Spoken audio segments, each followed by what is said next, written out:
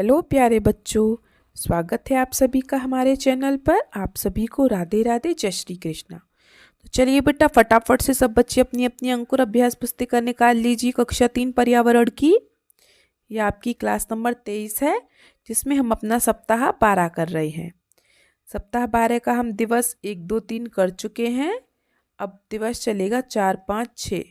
तो चलिए फटाफट से अपनी अपनी अभ्यास पुस्तिका निकाल लीजिए और मेरे साथ दिवस 4 को शुरू कीजिए। अभ्यास क्रमांक 1, आपके घर की मिट्टी कैसी है पता करके जानकारी भरो।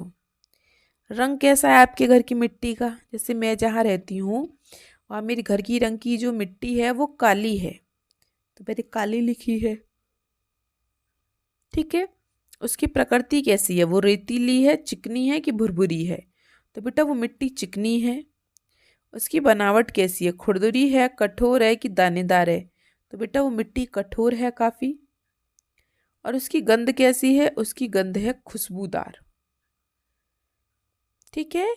तो ये आपके घर की मिट्टी कैसी है वो बताना है। उसका रंग कैसा है, वो चिकनी है, कैसी है, खुरदरी है, कठोर है, खुशबू आती है, उसमें से बदबू आती है, ये सब बताना है।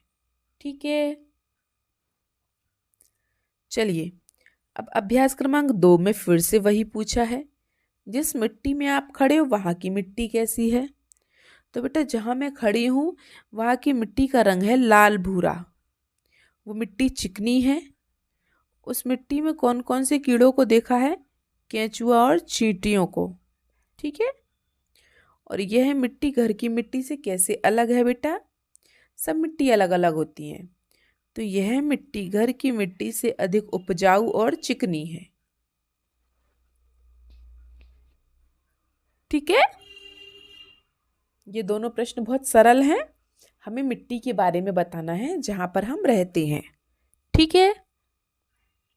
और मिट्टी में क्या क्या होता है? केंचुआ हैं, चींटियां हैं, टिड्डे हैं, कॉकरोच हैं, सब मिलता है। चलिए, हो गया। आगे चलो। तो दिवस 5 पर अभ्यास क्रमांक 1, पाठ्य पुस्तक के पृष्ठ 65, पेज नंबर 65 खोलो फटाफट से। दिखाई दे रहे चित्र में से जीव जंतु और पेड़ पौधों के नाम लिखिए।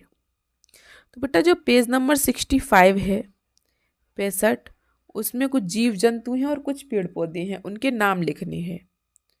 ठीक है। तो जीव जंतुओं के नाम मैंने लिखवा दिए हैं और पेड़ पौधों के नाम आप स्वयं लिखेंगे। ये क्वेश्चन आज मैंने पहली बार आपके लिए छोड़ा है। क्यों? क्योंकि आपको किताब में से देख के ही करना है। ठीक है। क्योंकि बेटा आपको भी तो कुछ समझ में आना चाहिए, आपको भी तो खुद से कुछ होना करना चाहिए। ठीक है। तो जैसे जीव जंतु आप देख रहे हैं, नीचे की साइड देखो हिरन, खरगोश, मेंढक। अब बीच में देखो चींटियां, दीमक, कॉकरोच, केंचुआ, मकड़ी, ये सब दिखाई दे रहे हैं आपको। ठीक है। चलिए, और पेड़ पौधों के नाम आप स्वयं लिखेंगे। ठीक है बेटा। हम चलते हैं अभ्यास क्रमांक 2 पर। मिट्टी किस प्रकार बनती है? तो बेटा मिट्टी चट्टानों के टूटने से बनती है। ठीक है।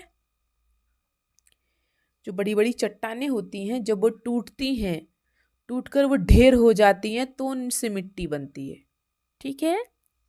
अभ्यास क्रमांक 3 देखिए, जीवित अजीवित की पहचान कर सही का निशान लगाइए। क्या जीवित है और क्या अजीवित है? ठीक है। इधर उन पे निशान लगाना है जो जीवित हैं और इधर उन पे निशान लगाना है जो अजीवित हैं, जो निर्जीव हैं। तो सांप तो बेटा जीवित है, चलता फिरता है, खाता पीता है। चूहा, चूहा भी जीवित है, चलता फिरता है, खाता पीता है। पत्थर, पत्थर अजीवित है, ना वो खाता पीता है ना उसकी लंबाई बढ़ती है, वो जैसा है वैसा ही रहता है, तो ये अजीवित है। पेड़, पेड़ जीवित है। क्यों? पेड़ खाता पीता है, बढ़ता है, सांस लेता है। घास, घास भी पेड़ का ही हिस्सा है, वो भी पौधा है, तो वो भी चलता फिरता है, मतलब बढ़ता है, खाता पीता है। ठीक है। मिट्टी, मिट्टी अजीवित है, मिट्टी निर्जीव है, ना वो खाती पीती है, ठीक है, और ना वो बढ़ती है, जितनी है उतनी ही रहेगी। हो गया। आगे चलें अभ्यास क्रमांक 4 पर। चलिए अभ्यास क्रमांक 4 देख लेते हैं। जीव जंतुओं को जीवित रहने के लिए नीचे दी गई तालिका में से क्या क्या आवश्यक है। जीवित रहने के लिए आवश्यकता पर सही का निशान लगाइए। तो देखिए, हवा, पानी, सूर्य का प्रकाश, भोजन, घर, पेड़ पौधे, पशु पक्षी, मिट्टी। तो क्या क्या चाहिए? जीव जंतुओं को क्या चाहिए? हवा। हवा तो सबको चाहिए, जीव जंतुओं को चाहिए, पेड़ पौधों को चाहिए, मनुष्यों को चाहिए, कीड़ों को चाहिए। ठीक है, हवा सबको चाहिए होती। ठीक है, तो हम एक एक करके देख लेते हैं। हवा, जीव जंतुओं को चाहिए हवा, पेड़ पौधों को भी चाहिए हवा, मनुष्यों को भी चाहिए हवा, कीटों को भी चाहिए हवा। ठीक है, अब दूसरा है पानी। जीव जंतुओं को चाहिए पानी, पेड़ पौधों को भी चाहिए पानी, मनुष्यों को भी चाहिए पानी, कीड़े मकोड़ों को भी चाहिए पानी। फिर है सूर्य का प्रकाश। अब सूर्य का प्रकाश किसे किसे चाहिए? तो बेटा सूर्य का प्रकाश जीव जंतुओं को मतलब नहीं है उसे सूर्य के प्रकाश से, लेकिन पेड़ पौधों को चाहिए। सूर्य का प्रकाश से ही उनका भोजन बनता है, पेड़ पौधों का। ठीक है, मनुष्यों को चाहिए सूर्य का प्रकाश, कीड़े मकोड़ों को कोई मतलब नहीं है सूर्य के प्रकाश से। ठीक है, आगे देखते हैं भोजन। भोजन तो बेटा सबको चाहिए, जीव जंतुओं को, पेड़ पौधों को, मनुष्यों को, कीड़े मकोड़ों को। ठीक है, अब बात आती है घर की। जीव जंतुओं को चाहिए भाई घर, पेड़ पौधों को नहीं चाहिए, उन्हें नहीं चाहिए। मनुष्यों को चाहिए घर, कीड़े मकोड़ों को चाहिए घर। ठीक है, पेड़ पौधों को नहीं चाहिए बस। आगे बात है पेड़ पौधों की। जीव जंतुओं को तो भाई चाहिए पेड़ पौधे, क्यों भाई उन्हीं से तो वो तोड़ के पत्ती वत्ती खाते हैं। पेड़ पौधों को पेड़ पौधे क्यों चाहिएंगे? ये तो गलत है। मनुष्यों को चाहिए पेड़ पौधे, कीड़े मकोड़ों को भी चाहिए पेड़ पौधे। पशु पक्षी, जीव जंतुओं को पशु पक्षियों की जरूरत है। हाँ भाई है। ठीक है, जीव जंतु मतलब शेर, चीता, भालू जमीन पर रहते हैं। पशु पक्षी, पशु भी और पक्षी उसमें दोनों आ गए। ठीक है, पेड़ पौधों को पशु पक्षी चाहिए। हाँ भाई चाहिए, फिर उनका मन कैसे लगेगा पेड़ पौधों का? जब तक केंचुआ मिट्टी को उपजाऊ नहीं बना देगा तो पेड़ पौधे कैसे उपजेंगे?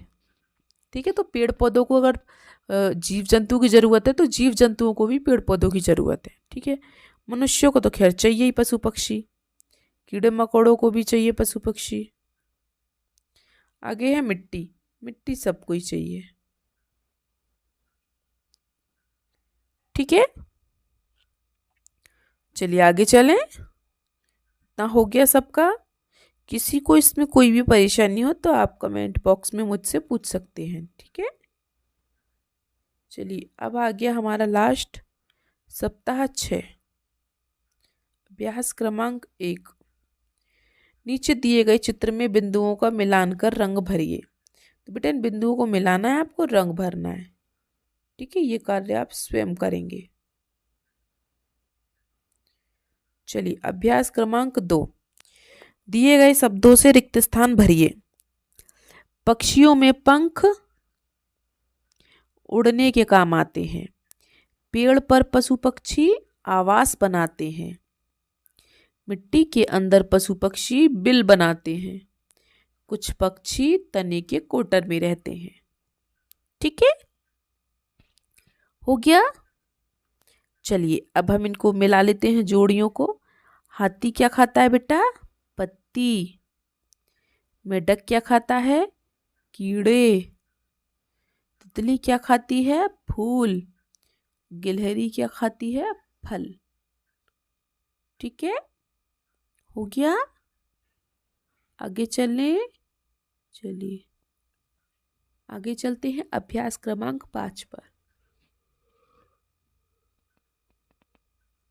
ये कौन है बेटा? चिड़िया पानी पी रही है ना?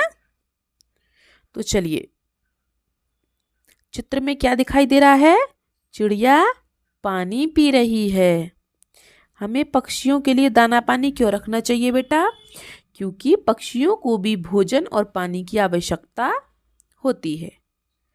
ठीक है, चलिए हो गए दोनों प्रश्न। किसी को कोई परेशानी?